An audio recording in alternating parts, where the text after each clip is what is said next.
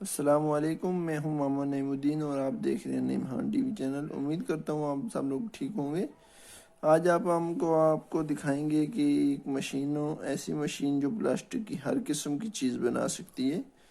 Plastic का उसमें किसी किस्म का भी कोई चीज़ बनाना चाहें आप उसमें बना सकते हैं। आप उसमें कोई भी खिलौना बना लें, कुछ बना लें। कोई आपको कोई चीज़ बनाने का दिल कर रहा है, किसी किस्म की कोई पीवीसी की फिटिंग बनाना चाहिए, अभी हम आपको दिखाएंगे उसमें वो पीवीसी की फिटिंग बन रही होगी। तो उसी लिहाज से आप देखना चाहें कुछ भी यानी उसमें बना सकते हैं। आप प्लास्टिक की किसी किस्म की कोई भी चीज़ उसमें बना सकते हैं।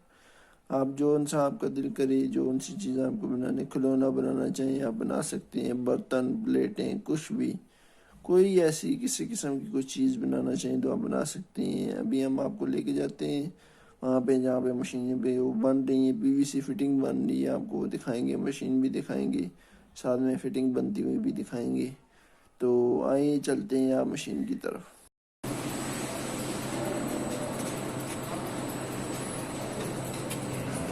इसका फिर इस्तेमाल करते हैं, इसको फिर ब्रश बना दें।